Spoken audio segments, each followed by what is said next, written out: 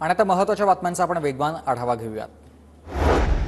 मुख्यमंत्री एकनाथ शिंदेंकडून मुंबईतील गाळ काढण्याच्या कामांची पाहणी पालिका आयुक्त तथा प्रशासक भूषण गगराणी देखील उपस्थित होते। साताऱ्यामध्ये निकालाआधीच शशिकांत शिंदेंच्या विजयाचा बॅनर झळकला, मात्र कायदा सुव्यवस्थेचा प्रश्न निर्माण होऊ नये म्हणून कार्यकर्त्यांनीच बॅनर हटवला। पुणे पालिकेच्या निलंबित आरोग्य अधिकारी भगवान पवारांचं पत्र व्हायरल, मंत्री महोदयांकडून नियमबाह्य काम करण्यासाठी माझ्यावर दबाव, पत्रात एका मंत्र्यावर आरोप। भ्रष्टाचाराच्या ठेकड्याने आता अधिकाऱ्यांनाही नांग्या मारायला सुरुवात केली, भगवान पवारांच्या निलंबनावरून रोहित पवारांची टीका, रोहित पवारांचा थेट तानाजी सावंतांवर निशाणा। आरोपी भावेश भिंडेंच्या पोलीस कोठडीमध्ये वाढ, भावेश भिंडेला 29 मे पर्यंत पोलीस कोठडी, घाटकोपर होर्डिंग दुर्घटना प्रकरणासंदर्भातली ही बातमी।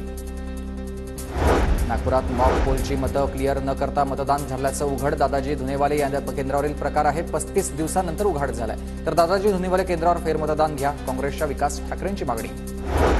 जळगावमध्ये ईव्हीएम ठेवलेल्या स्ट्रॉंग रूमचा सीसीटीव्ही डिस्प्ले 4 मिनिटांसाठी बंद, महाविकास आघाडीचे उमेदवार करण पवार यांची माहिती, तर जिल्हाधिकारी आयुष प्रसाद यांच्याकडून दुजोरा।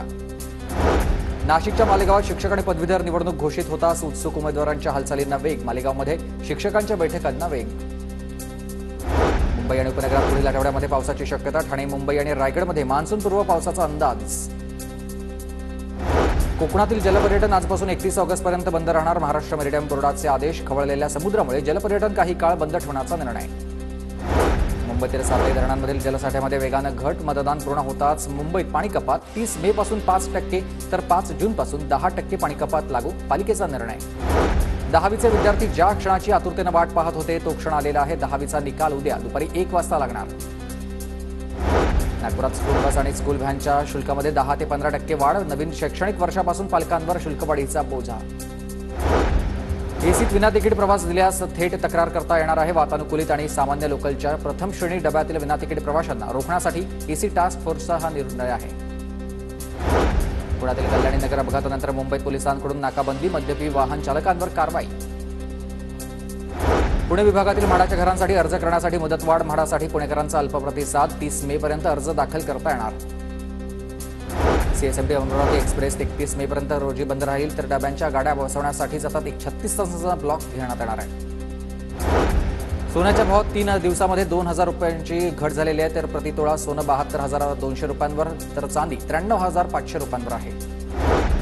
कार अपघातानंतर पुण्यात युवक काँग्रेसकडून निर्बंध स्पर्धा, स्पर्धांस्थळी पोलिसांचा बंदोबस्त, वेदांतला सुरुवातीला दिलेल्या शिक्षेच्या निषेधार्थ स्पर्धेचं आयोजन। नाशिकमध्ये बडा सराफा व्यावसायिकावर आयकर विभागाची छापेमारी, आयकर विभागाच्या छापेमारीत 26 कोटींची रोकड जप्त, फर्निचरमध्ये लपवलेली कॅश आयकर विभागानं शोधून काढली। पिंपरी चिंचवड महानगरपालिकेकडून वाकडमधील रूफटॉप हॉटेलवर कारवाई, भुजबळ चौकातील अनधिकृत रूफटॉप हॉटेल, स्पाइस फॅक्टरी आणि OSW बार्बीक्यू या पाडण्यात आलेल्या आहेत।